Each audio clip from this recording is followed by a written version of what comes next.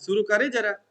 आप लोगों के पास चरक संहिता है तो निकाल लो। हालांकि मैं सूत्र ज्यादा बोलूंगा नहीं, क्योंकि हमारे यहाँ पर ज्यादातर ऐसे स्टूडेंट जिनको चरक संहिता के पूरे सूत्र से कोई वो नहीं है, बस सामान्य जो सीधा साधा सूत्र के अर्थ जिन्हें हम कहते हैं ना शॉर्टकट वाला काम, लेकिन जो महत्व का हो, मेरा फोकस उसी में रहता है।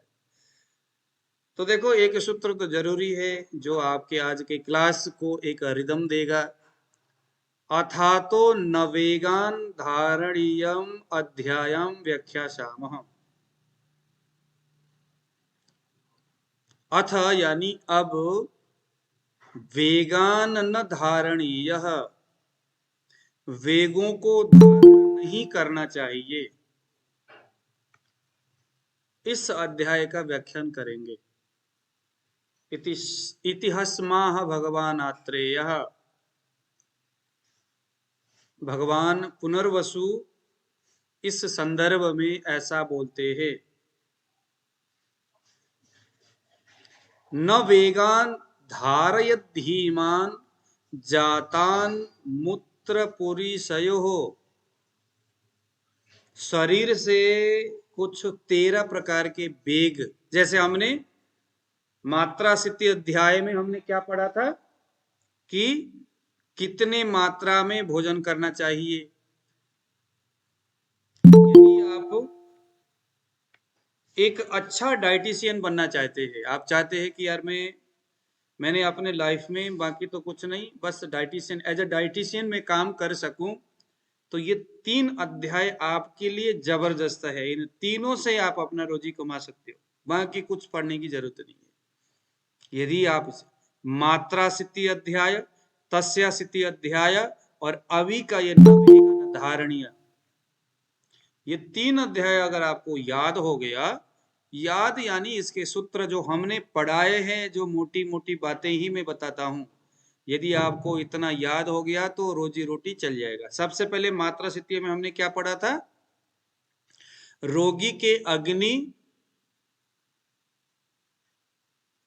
के आधार पर उसको लघु या गुरु किस तरह के भोजन देना है, लघु भोजन देना है या गुरु भोजन देना है, वह डिसाइड किसने किया? कौन कर रहा था? उसके अग्नि कर रहा था। कुछ भी भोजन देंगे उसके लिए, है ना, पथ्य अपथ्य बोलते हैं हम लोग। क्या पथ्य है? पथ्य यानी क्या खाना चाहिए, और अपथ्य क्या है, क्या खाना नहीं चाहिए। तो पहले हमने मात्रा स्थिति में क्या जाना कि उसके मात्रा कैसे निर्धारित किया जाए, अग्नि के आधार पर। फिर हमने तस्य स्थिति अध्याय में क्या पढ़ा? जो मात्रा हमने डिसाइड किया मात्रा स्थिति अध्याय में, अमुक अमुक द्रव्य इसको देना चाहिए। अगर अग्नि मजबूत है, शरीर में कोई रोग नहीं है, हेमंत ऋतु है, तो गुरु आहार दिया जाए, स्निग्ध आहार दिया जाए।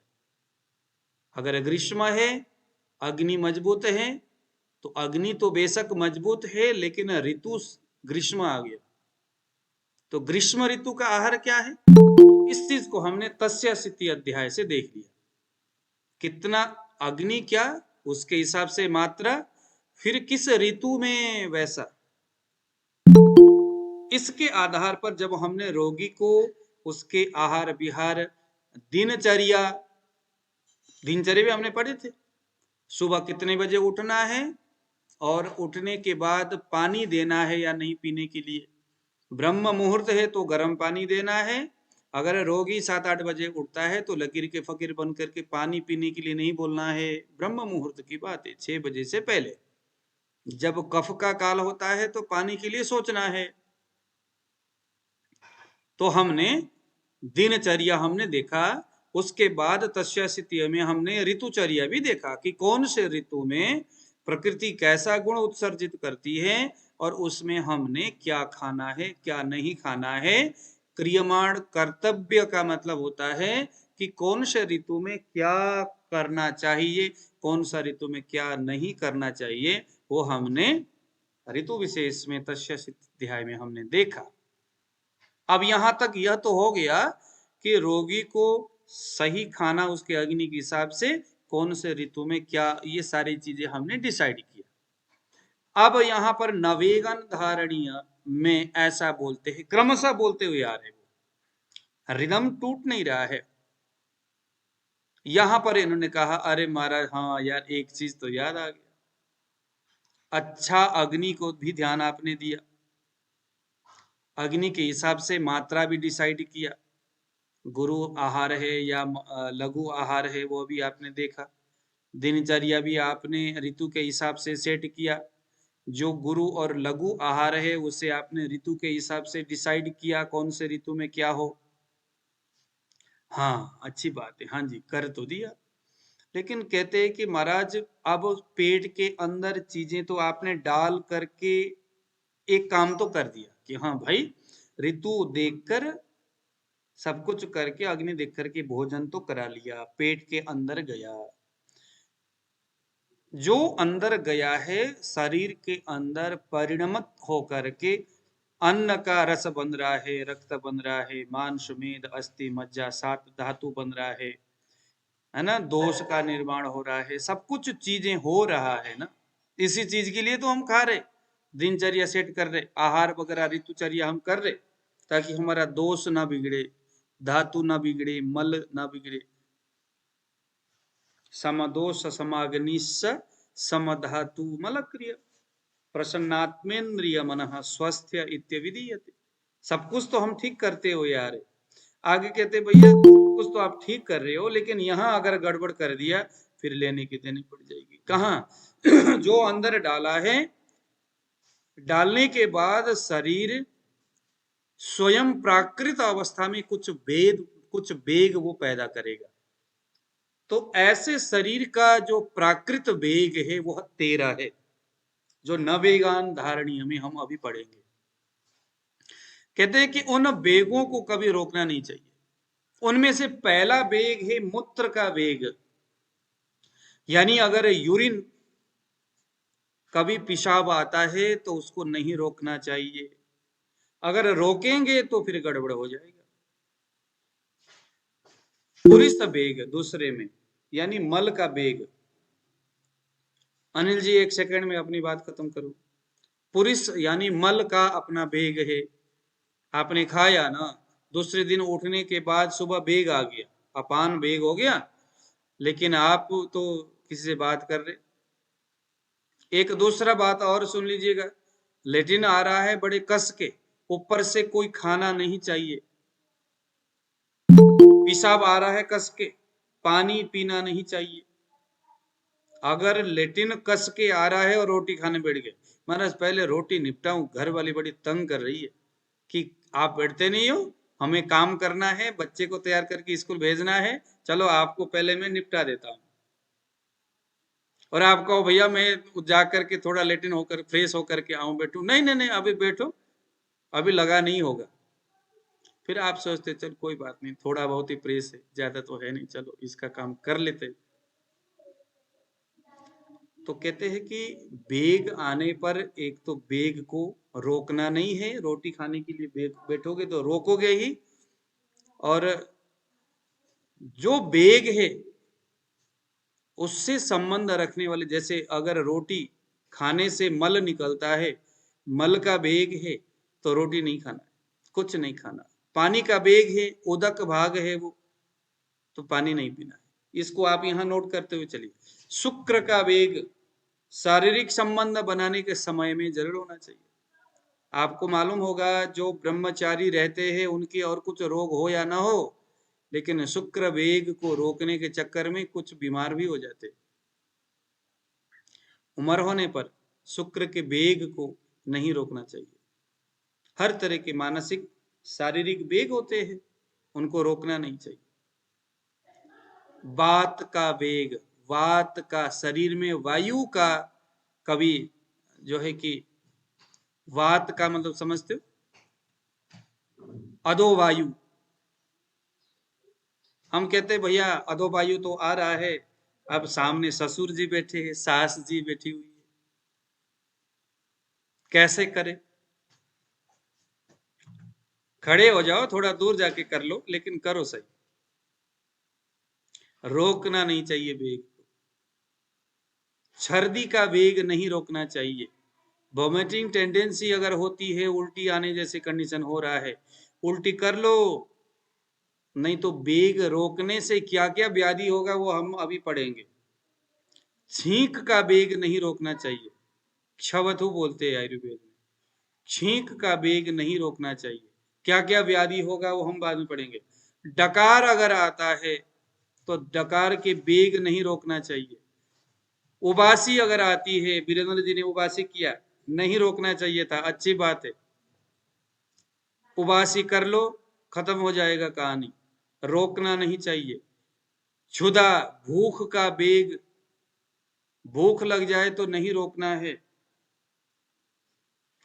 क्योंकि वेग धारण हो जाएगा। भूख लगने पर कुछ खाना चाहिए, लेकिन मान लो कि 10 से लेकर के 11 बजे के बीच में रोटी है, रोटी खाने के 2 घंटे के बाद दोबारा भूख लग गया, तो ये छद्म भूख है, क्षुधा है। इसको रोकना तो नहीं चाहिए, कुछ खाना चाहिए, लेकिन चूंकि यह एक व्याधि है और उसके हिसाब से इसका चिकित्सा भी करना चाहिए। प्यास, अश्रु का वेग, जब किसी की मौत हो जाती है, आंखों से आंसू निकलना चाहते हैं, लेकिन शर्म के मारे या कभी कभी ये सोचते हैं कि यार अगर मैं रो गया तो फिर हमारे दूसरे सदस्य का क्या होगा, उनको कौन संभालेगा। तो कुछ जो पुरुष है अपने आंसू को अंदर ही अंदर दबाने का प्रयास करते हैं। बाद में हम समझेंगे कि इसको दबाने से क्या हो। निद्रा का वेग, नींद के वेग को भी नहीं रोकना है। अगर नींद कड़ाके का आ गया तो कभी भी है सोना चाहिए। अब एक और जबरदस्त चीज आप लोगों को मैं बताता हूं। अगर किसी को अतिसार होता है, या अगर मैं कहूं कि किसी को लूज मोशन हो रहा है, ध्यान से सुनना, हाँ, अब इन वेगों के बारे में बात हो रही है। तो अतिसार होने का मतलब किसका वेग है, बताइए? मल का वेग, मल का वेग, मल यानी मल का पुरुष वेग। का वेग है। अतिसार होने का मतलब है पुरुष का वेग। पुरुष जो है वो अन्न वह स्रोतस से होते हुए नीचे चलता है।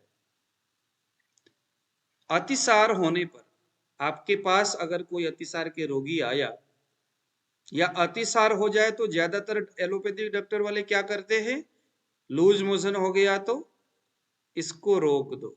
दवाई क्या देंगे, कुछ ऐसा दवाई जो कि उस लूज मोशन को बंद कर देता है। करता है कि नहीं करता? क्या इसको हम पुरुष वेग को रोकना नहीं मानेंगे? मानेंगे कि नहीं मानेंगे? इसीलिए आप चरक संहिता पढ़ लो।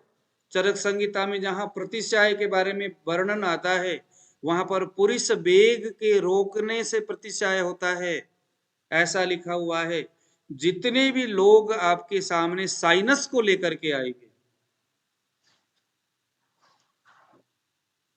जितने भी साइनस को लेकर के आएंगे, उनको अगर आप पूछोगे कि क्या महाराज आपको पहले अतिसार होता था क्या, लूज मोशन होता था क्या, होता ही रहता था क्या, हाँ जी हाँ जी, वो जरूर हाँ बोलेगा,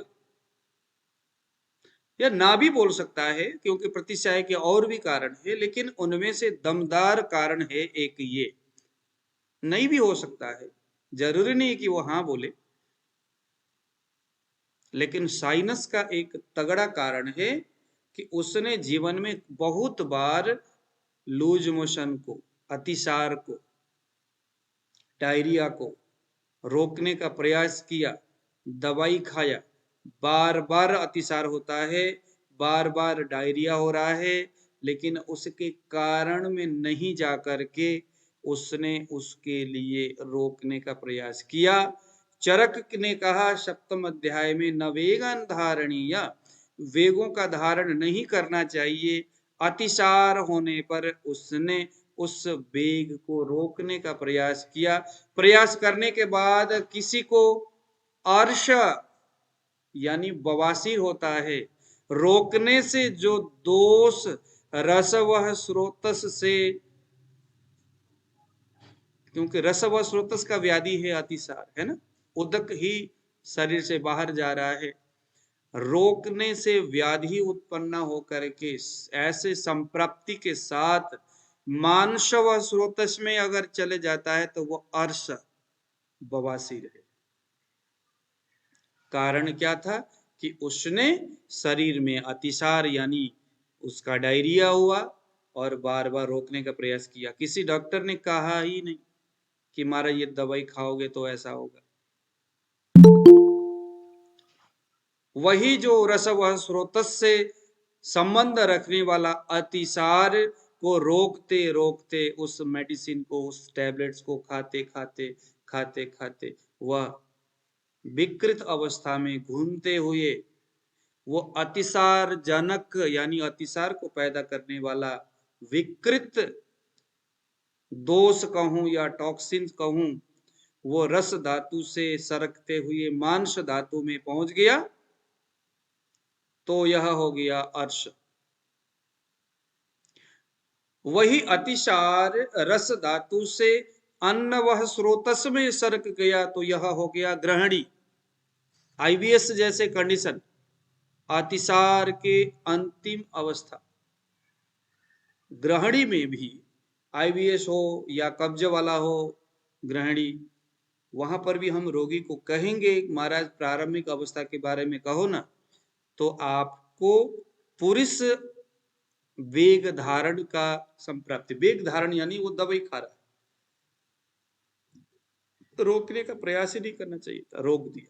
आ रहा है आपको वेग धारण के बारे में क्या पूछना है रोगी से? हाँ जी ईशुकांत जी बताइए। कौन सा स्रोतस बताया सर आपने, सेकंड वाला? सेकंड वाला अन्न व स्रोतस, ग्रहणी। रस व स्रोतस से उठ करके अन्न व स्रोतस में चला गया तो ग्रहणी हो गया।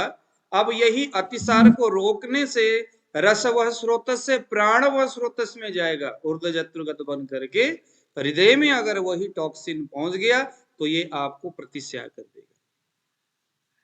जो नीचे की ओर जा रहा था वेग दोषों के साथ, अब ये अगर इसने प्राण व स्रोतस को जाकर के धक्का मारा, थप्पड़ मारा, या उसको जाकर के अगर उसने विकृत किया प्राण व स्रोतस को, तो क्या हो जाएगा? तुरंत उसको प्रतिस्याय हो जाएगा, साइनस हो जाएगा। सोनू गुम्बार जी बोलिए।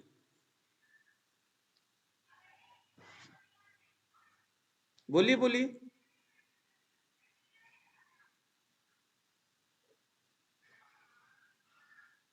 हाँ जी सोनू गुम्बार जी, आप लोग हैंड रेज करते हो, मुझे 2 मिनट मेरा, अच्छा चलो ठीक है, हो गया। अब वही जो अतिसार करने वाला था, अतिसार को ठीक तो नहीं किया, वेग को धारण किया, दवाई खाना वेग को रोकना, तो प्रतिशय हो गया क्योंकि प्राण व स्रोतस में गया। हो सकता है यह प्रतिशय क्योंकि रस वह और प्राण व स्रोतस से काश भी होता है, खांसी वगैरह होना, प्रतिशय भी हो सकता है, वही प्राण व स्रोतस में काश भी हो सकता है।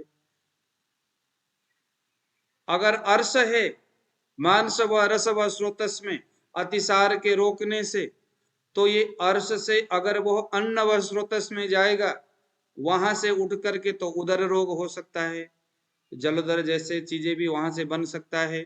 अन्न व स्रोतस में गया तो रस व स्रोतस और महास्रोतस में जाकर के अगर वही चीज मिल गया तो गुल्म हो सकता है।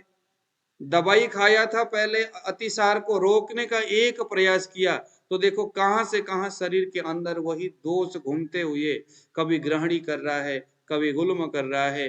गुल्म होने के बाद कैंसर होने में टाइम नहीं लगता।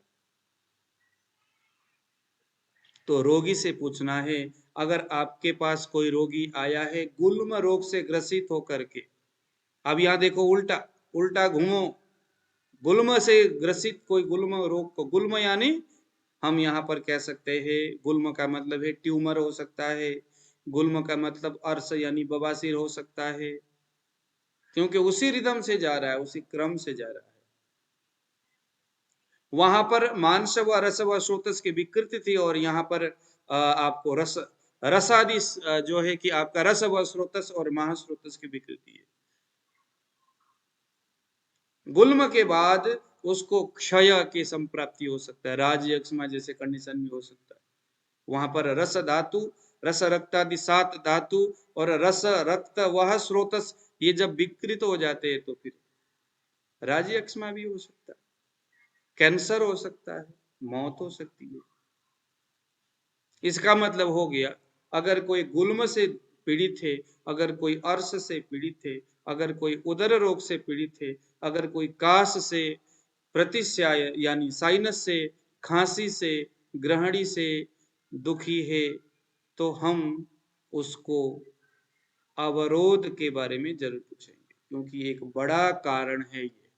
जैसे हम चरक के प्रारंभ में ही ये पढ़ते हुए आए हैं कि हेतु, लिंगम और औषधि, ये तीनों ही चीज है। अभी हम यहाँ पर हेतु देख रहे, हेतु यानी व्याधि का कारण।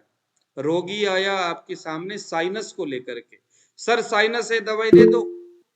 हाँ जी वीरेंद्र जी, रिकॉर्ड में है। साइनस है सर, क्या कुछ किया जाए? अब आप कुछ भी कर लो, अगर आपने उसके हेतु को नहीं निकाला, और ये स्ट्रॉन्ग हेतु है, उसको पूछना बनता है। आपको अतिसार होता था क्या? हाँ जी हाँ जी, अतिसार। अच्छा, आपने रोकने का प्रयास किया होगा।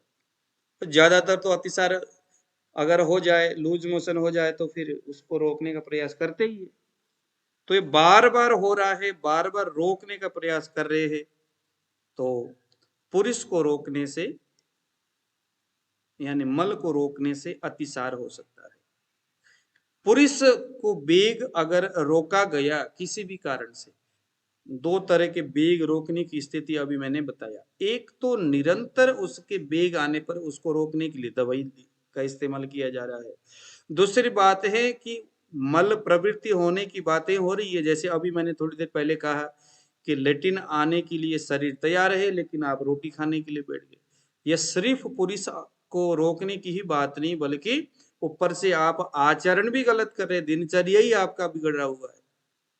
तो एक चिकित्सक को ये बारीकी समझ में आना चाहिए। तो नोट करिए जरा, पुरुष को रोकने से क्या क्या हो सकता है। एक तो पक्वाशय शूल होगा, ये जो चरक में लिखा है। इससे पहले जो मैंने बताया वो अनुभव की बातें हैं। पुरुष को रोकने से सिर में दर्द हो सकता है। अब ये देखो, माइग्रेन हो रहा है किसी को, क्योंकि जितने भी ऊर्ध्वानुगति, जितने भी जो व्याधि है, ऊर्ध्व जत्रुगत रोग है, आपके सामने ऊर्ध्व जत्रुगत रोग को, किसी के आंख में दर्द, किसी के कान में दर्द, किसी के आंख से दिखाई नहीं दे रहा, नाक से सूंघने में असमर्थ है, जीभ में प्रॉब्लम आ रही है, गले में कुछ हो रहा है, टंसिल हो रहा है, रेस्पिरेटरी एलर्जी हो रही है, या किसी को साइनस हो रहा है, खांसी हो रहा है, अस्थमा हो रहा है, सब जगह में आपने यह पूछना है। सिर में दर्द, माइग्रेन हो रहा है, पक्वाशय शूल। पक्वाशय कहाँ है? बड़ी आंत से लेकर, छोटी आंत से लेकर बड़ी आंत, वह जो बड़ी आंत सारा पक्वाशय है, पक्वाशय शूल। दर्द होगा उस जगह में। और आदमान, आदमान का मतलब क्या होता है? आदमान का मतलब होता है गैस होना। तो ये सारी चीजें अगर होता है, तो यहां हमने पुरुष वेग रोकने से होने वाली व्याधि समझ करके, अगर आपको लगता है कि मैंने पुरुष का वेग रोका है या इस पेशेंट ने, और उसके बाद इसको ऐसा हो रहा है, तो इसके लिए स्पेशल क्या कुछ किया जाए, क्या दवाई दिया जाए, उसे भी आप नोट कर लो। अगर आपको फाइनल हो गया कि यह पुरुष वेग रोकने से, यानी बार बार उसको अतिसार हो रहा था और उस बार बार दवाई खा रहा है और उसके वजह से हुआ, ये कॉन्फिडेंट हो गया, तो मल द्वार में वर्ती लगाना है। वर्ती समझते हो आप लोग? वर्ती बोलते हैं, एक अंगूठे मात्र का एक होता है, कुछ जड़ी बूटियों से एक वर्ती तैयार किया जाता है, और उसको देसी गाय के घी में, कोई एरंड के तेल में, कोई तिल के तेल में उसको डाल करके रखते हैं, और बाद में तेल से करके मल द्वार से अंदर डाल दिया जाता है। ये एलोपैथिक में उसमें भी मिलता है, कैप्सूल फॉर्म में भी मिलता है। कैप्सूल को अंदर डाल देते हैं, अंदर डालते ही सारा का सारा मल बाहर निकलता है। लेकिन एलोपैथिक के वह कैप्सूल और आयुर्वेद की दवाइयों में थोड़ा फर्क है।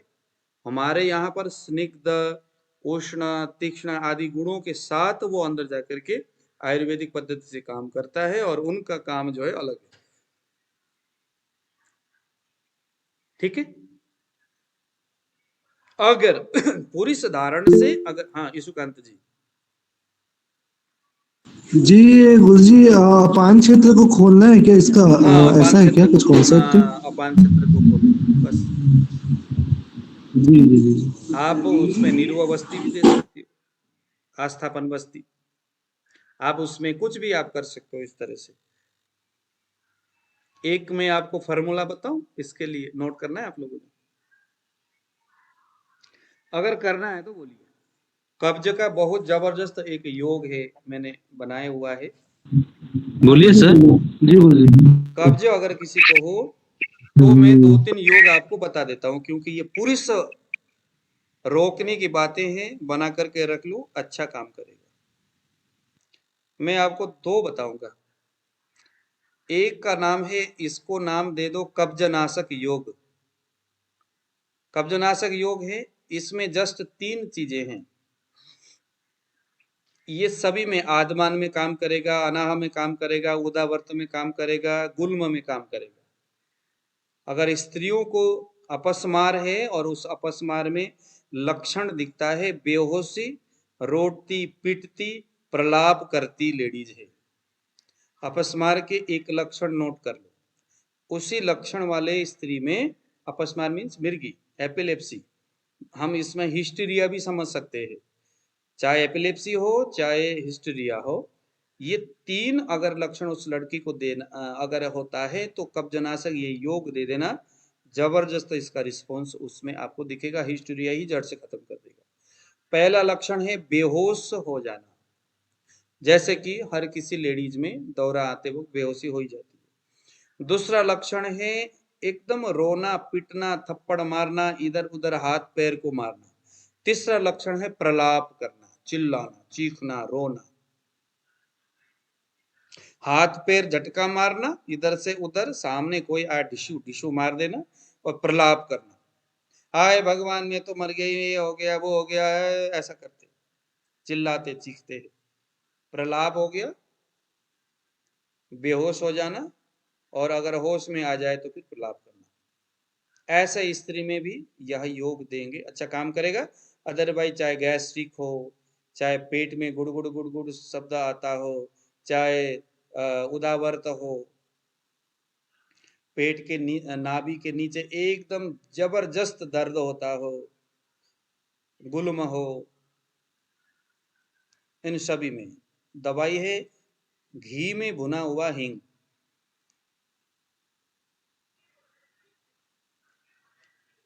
उसारे रेवंद, उसारे रेवंद और मुसब्बर,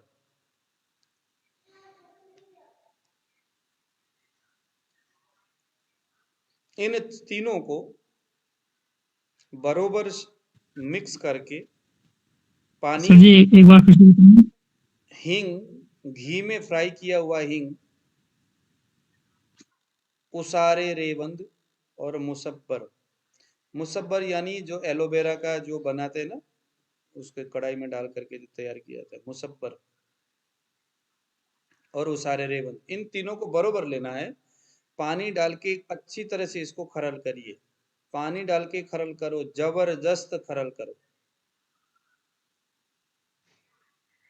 अब उसके बाद आपने बेर के समान गोलियां बना लो, बेर के जैसा छोटे छोटे गोलियां बना लो, जितना बड़ा बेर होता है, उसको हल्का सा छांव में सुखा करके रख लो। रोगी को सुबह और शाम गर्म पानी के साथ देना है, किसी गर्म पानी के साथ देना है। ये एलोवेरा और क्या बोले सर? है, एलोवेरा और मतलब हींग और एलोवेरा अरे और एक हींग मुसब्बर और उसारे रेबंद। मुसब्बर क्या है सर? अब तो समझ में नहीं आ रहा है। मुसब्बर होता है वही, मुसब्बर का मतलब जो एलोवेरा नहीं होता, उस हाँ एलोवेरा के जेल को कढ़ाई में डाल के पकाया जाता है।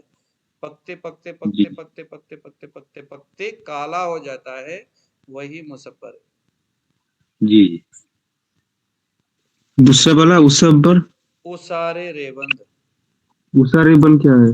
हाँ वो भी ऐसा ही है कुछ। आप पंसारी के दुकान में जाइए ना, मैं पंसारी वाला थोड़ी हूँ। वो आपको दे देगा। इन तीनों को बरोबर डालना है, गोलियां बनानी है और उसके बाद इसको रखना है और इसका प्रयोग आपने करना है।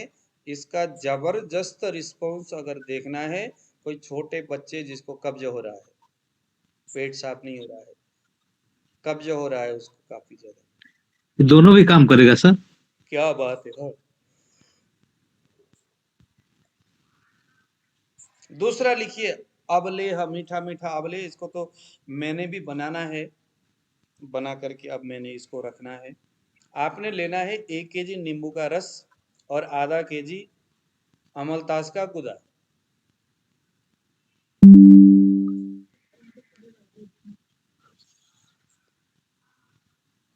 1 केजी नींबू का रस, आधा केजी अमलतास का गुदा। रात में 1 केजी नींबू के रस में अमलतास के आधा केजी गुदा डाल करके भिगो दिया और उसको रात भर छोड़ दिया ढक करके। दूसरे दिन सुबह उसको अच्छी तरह से मसलना है।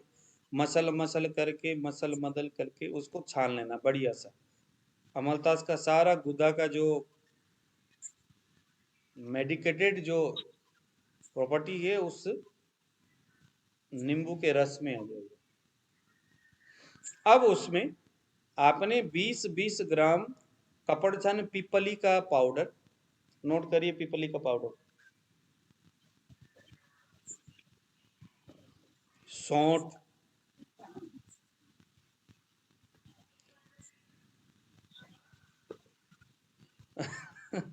अमलतास के सर हसन जी अंदर के गुदा, गुदा बाहर के तो गुदा ही है ना, उसको बाहर के मोटा मोटा जो छिलका है उसको फेंक देना।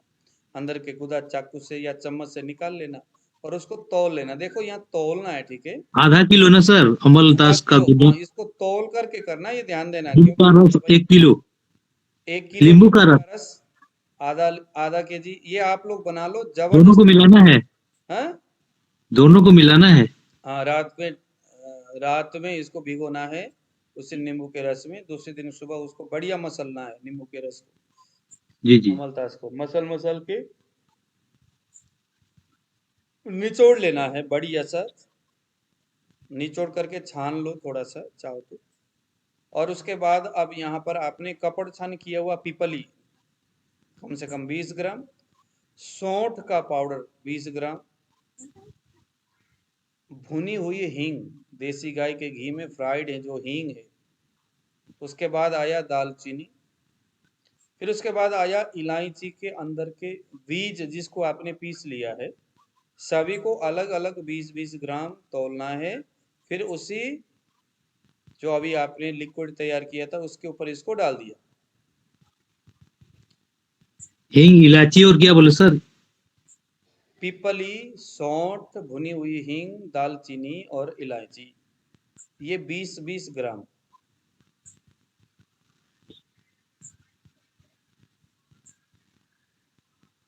अब डालना है आपने, हाँ इलायची, छोटी वाली इलायची जी। अब आपने डालना है यहाँ पर भुनी हुई जीरा, फ्राइड जीरा का पाउडर, कम से कम भी 50 ग्राम डालना है।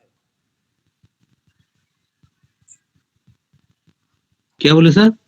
1 सेकंड, 20 तो 5 तोला का मतलब कितना हो गया? 100 ग्राम। 60 ग्राम। 100 ग्राम हो गया ना, 1 तोला बराबर। 100 ग्राम होगा जी। 50 ग्राम। 50 हाँ ग्राम होगा भाई। 10 ग्राम, 10 ग्राम, 10 ग्राम, सर आयुर्वेद के अनुसार 10 ग्राम होगा वो जी, 10 ग्राम। 10 ग्राम 1 तोला होता है। 12 ग्राम। 10 ग्राम का 1 तोला होता है, 50 ग्राम होगा टोटल। क्या क्या बोल रहे हो यार। 5 तोला का कितना हुआ? 50 ग्राम 50 100 ग्राम ग्राम के हुआ बराबर सर। कितना होता है? 9 पॉइंट कुछ होता है, कम से कम 10 10 ग्राम तक ग्राम लेते होता हैं है 1 तोला में। एक तोला एक बराबर। पहले सर 12 10 ग्राम का ग्राम 1 तोला होता था, तो अब 10 ग्राम का 1 तोला है। 10 हाँ, ग्राम समथिंग 10 ग्राम होता है। होता है, पहले 12 पहले 12 होते ग्राम थे। का है। जी अभी जी। तो 9 पॉइंट कुछ बोलने लग पड़े, लेकिन 10 ग्राम तक लगा लो। हाँ, 12 ग्राम का 1 तोला ये पहले पहले होता था। अभी आप 12 ग्राम के हिसाब से चलोगे तो भी ठीक है, 10 ग्राम के हिसाब से चलोगे भी ठीक है। तो 10 ग्राम के हिसाब से अगर हम चलेंगे तो 5 का मतलब कितना हो गया? 5 ग्राम 60 ग्राम, एक तोला 60 का ग्राम। हुआ, 50-60 ग्राम। 50 ग्राम हो गया। तो अब आपने समथिंग 60 12 ग्राम, 60 हो ग्राम। गया, 10 के हिसाब से 50 लगा लो। यहाँ पर अगर आप 12 समझते हो तो यहाँ पर आपने एक शेर यानी 1 केजी हो गया, आधा शेर यानी आधा केजी हो गया। 2 तोला आपने पिपली, सौंठ, भुना हुआ हींग, दालचीनी, इलायची, 2-2 तोला लेना है। 2 तोला 12 दूना 24 ग्राम हो गया, अगर 12 के हिसाब से आप चलते हो तो। सबका अपना अपना इसका तौल का हिसाब किताब है। 12 के हिसाब से अगर चलोगे तो, नहीं तो 10 के हिसाब से भी अगर आप चलोगे, 1 तोला बराबर 10 ग्राम है, तो 2-2 तोला यानी 20-20 ग्राम अभी मैंने ऊपर लिख दिया। अब यहाँ पर ना इसके मात्रा का बड़ा ध्यान रखना होता है, इसीलिए मैं बार बार ये मात्रा बोलता हूँ। उसके बाद भुना हुआ जो जीरा है उसको कपड़सान पाउडर बना करके अभी आपने नोट किया है, ये आपका 50 ग्राम यानी 5 तोला लेना है। अब आ गया काला दाना। काला दाना पता है आप लोगों को? पंसारी की दुकान में चले जाना, काला दाना उसको बोलना, वो लेके आना। और आपने रेत में ना, जो रेत है लोहे के कढ़ाई में रेत डाल के उसमें काला दाना डाल देना, और रेत में डाल करके उसको भूनना है। जैसे करते हैं ना लोग, मक्की को रेत के अंदर डाल के फ्राई करते हैं, और क्या क्या चीजें करते हैं। बिहार के साइड में तो आलू भी करते हैं रेत में डाल के। हाँ, तो काला दाना नाम का जो बीज है चावल। उसको आपने रेत में डाल करके अलग से फ्राई करना है, और उसको भी आपने वही 5 तोला उसमें उसी में मिक्स कर देना। अभी आपने जीरा मिक्स किया है तो दोबारा काला काला दाना मिक्स कर लेना, फ्राई करके पीस करके पाउडर बना के फिर डालना है। काला दाना गुरुजी क्या कलौंजी है क्या? हाँ जी। कलौंजी। अब काला दाना मैं तो काला दाना काला ही दाना समझता कलौंजी होती है सर। हूँ। हाँ, मैं तो कलौंजी समझता हूँ, कुछ और होता है तो कलौंजी होता है। काला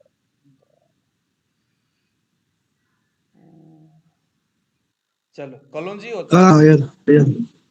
कलौंजी होता है काला दाना। तो काला दाना हो गया, इसको भी हमने वहां पर फ्राई करके फिर हमने यहाँ पर डाल दिया। अब यहाँ पर आपने फिर कितना काला नमक, क्वांटिटी?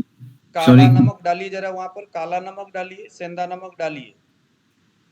कितना क्वांटिटी? सॉरी, कलौंजी कितना क्वांटिटी और नमक? वो सारे 5-5 तोला है, यानी कि 50-50 ग्राम। लेकिन कलौंजी जो है ना, आपने काला दाना में जो जो कलौंजी है उसको आपने रेत में डाल के फ्राई करना है। स्पेशल लिखा हुआ है, रेत में डाल के फ्राई करना है। ये संस्कृत में लिखा हुआ है, मैं आपको हिंदी में ये बता रहा हूँ। फिर आ गया उसमें आप 50 ग्राम काला नमक, 50 ग्राम सेंधा नमक। इसको डालने के बाद किशमिश बढ़िया सा पीस करके 50 ग्राम उसमें डाल देना। किसमें? जो ऊपर आपने नींबू में अभी सारे आप डाल रहे हो। अब आ गया नींबू के रस से अनार का जो दाना है, अनार के दाने के पाउडर में नींबू के रस से उसको भावना देना है, या नींबू के रस डाल के अनार के दाना को पीस लेना है। अनार के दाना अलग सा एक मिक्सी में डालो। अब मैं तो यही तैयारी कर रहा हूँ कि नींबू के रस अनार के दाने में डाल करके मिक्सी में डालूंगा और उसको पीस दूंगा एकदम जबरदस्त। उसके बाद इसको भी मैं वहीं पर डाल दूंगा। अब ये अनारदाना कितना लेना है सर? अनारदाना ले लो, ये भी वही 50 ग्राम यानी 5 तोला। अब 5 तोला है सारा, तो देखो 5 तोला कहाँ से हो रहा है? 5 तोला हो रहा है, एक तो भुना हुआ जीरा, एक कलौंजी जो बालू में फ्राई किया है, बाद में पीसा है, काला नमक, सेंधा नमक, किशमिश और नींबू के अर्क में यानी रस में पीसा हुआ अनार का दाना, ठीक है। इन सभी को आपने एक जगह उसमें डाल करके अच्छी तरह से उसको मिक्स कर लेना, और मिक्स करके हल्का सा चाहो तो धूप में सुखा लेना, क्योंकि अगर उसमें नमी बन गया, नमी अगर उसमें बरकरार रहा तो ये बाद में यहाँ पर फिर फंगस होने का डर होता है थोड़ा सा इसमें। ये एक तरह का, हालांकि ये अवलेह जैसा है तो शायद खराब नहीं होगा, अवलेह है, ये चटनी जैसा बनेगा, सुखाने वाली स्थिति भी नहीं होगी। तो ये जो अवलेह है, कम से कम में इसका मात्रा लिखा हुआ है 3 मासे यानी 3 ग्राम से लेकर के 1 तोला, यानी 1 तोला को 12 ग्राम समझते तो 12 नहीं तो 10 ग्राम, इतना एक टाइम का मान है। रात में खाना खाने के बाद इसको चाटना है, चटनी जैसा बनता है, चाटना है। अब इसके फलश्रुति देखो कितना जबरदस्त है, सुबह उठते ही पेट साफ हो जाएगा। देखो अमलतास है, कलौंजी है। अब आप लोग देखो कितना जबरदस्त ये योग बनेगा, कहां कहां ये टच कर रहा है, पेट साफ कर देगा, अजीर्ण, भूख नहीं लग रहा है, अरुचि, खाना खाने का मन नहीं करता है, वध जायका, पेट, जैसे कुछ लोग होते हैं ना सर बार बार लेटिन जाना पड़ता है, पेट साफ नहीं होता।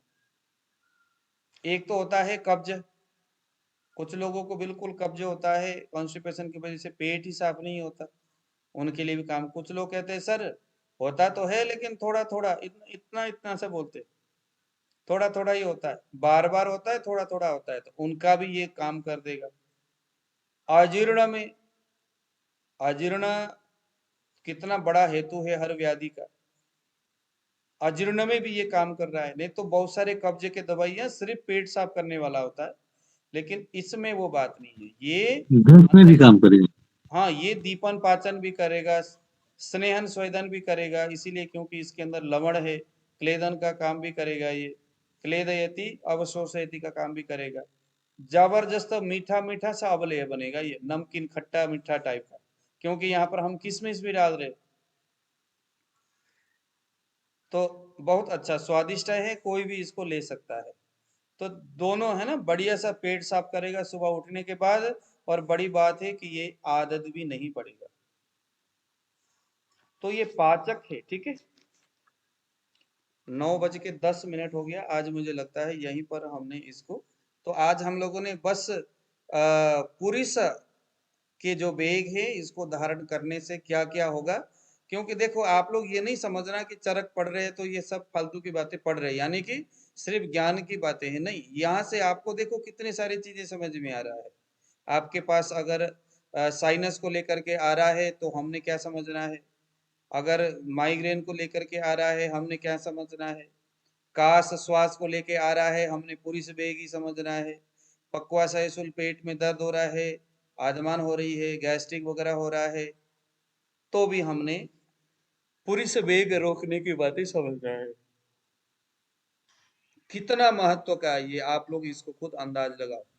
आप देखो लेकिन साइनस के करके आप दवाई कुछ दे रहे हो, अरे महाराज मैंने तो इसको श्रृंग भस्म तक चटा दिया, कुछ नहीं हो रहा है। सर मैं तो ये दवाई खाया वो दवाई खाया, लेकिन उसने जीवन में कभी बताया ही नहीं कि मेरे को पहले अतिसार होता था और उसको मैंने रोका है। इस वेग अवधारण की कोई कॉन्सेप्ट उस डॉक्टर के दिमाग में घूमेगा ही नहीं, तो कैसे होगा बताओ। आप लोगों ने अच्छा चिकित्सक बनना है, सच्चा भी बनना है, अच्छा भी बनना है, दोनों ही अगर बनना है तो इस तरह से आपको आगे बढ़ना होगा। कोई आपको पकड़ नहीं सकता, कोई आपको रोक ही नहीं सकता, आपकी दृष्टि ही इतनी इतनी पारखी होगी आयुर्वेद के प्रति, चिकित्सा के प्रति। फिर तो दवाई आप कुछ भी दे दो, कि आपने जब उसके हेतु ही पकड़ लिया, अब रह क्या गया, वर्ती लगा करके उसके साइनस आप ठीक कर दोगे।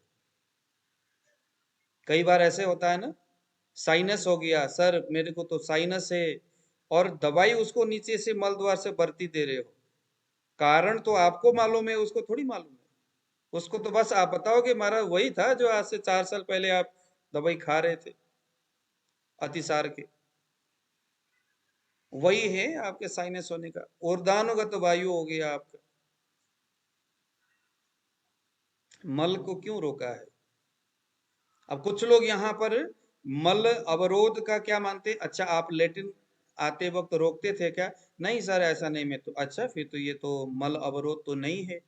मल अवरोध का मतलब ये भी है मेडिसिन खा रहा है वो अतिसार में, क्या ये स्ट्रोंग अवरोध नहीं? ईशुकांत जी बोलिए।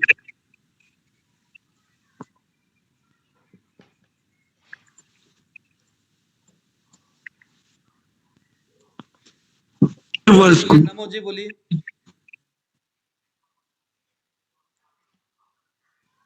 नमो जी। गुरुजी, सूखी काशी तो भूख के बारे में होगा। भूख, जब तक खाना अच्छे से नहीं खाया। क्या चीज? सूखी काशी, सूखना काशी जो उसको बोलते हैं, हाँ जो काश हो रहा है ना, भूख के बारे में हो गया। हाँ, वही है खाना ना। नहीं खाया। उसके बहुत सारे कारण है, उन कारण में से आज हमने एक कारण को पकड़ा है।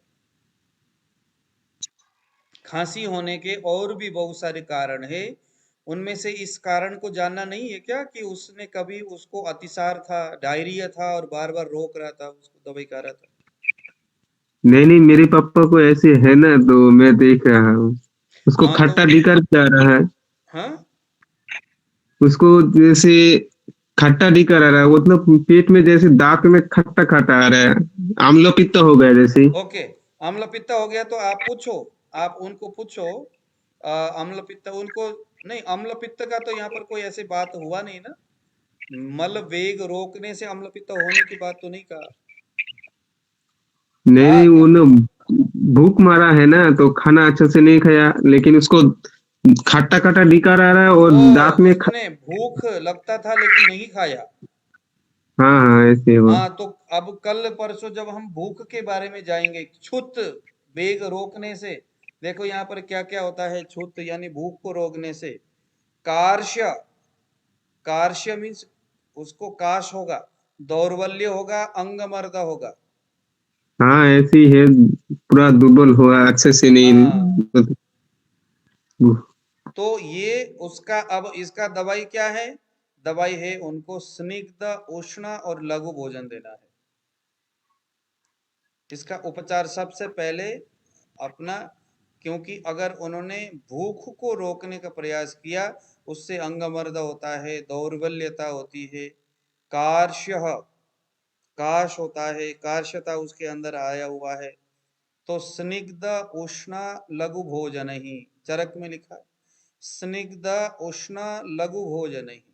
स्निग्ध हो, गर्म हो और हल्का हो, ऐसा भोजन उनको देना है, और साथ साथ में उनको कुछ आयुर्वेदिक दवाइयां भी देना है।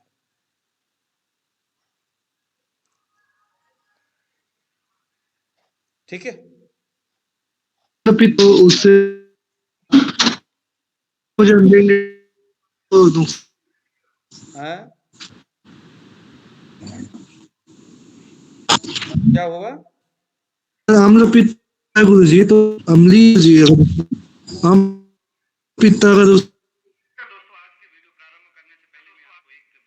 एक सेकंड, क्या करे?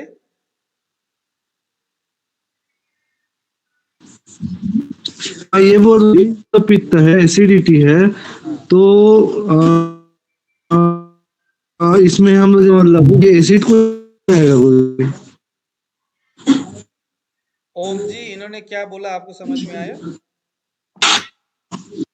आवाज ब्रेक हो रहा है गुरुजी, बट वो एसिडिटी, अम्ल पित्त के बारे में कुछ पूछना चाह रहे हैं। हाँ बोल तो वही रहा, लेकिन समझ में नहीं आ रहा। आप ईशुकांत जी, आप लिख करके व्हाट्सएप पे डाल मैं देना, फिर बता देंगे। बोल रहा हूँ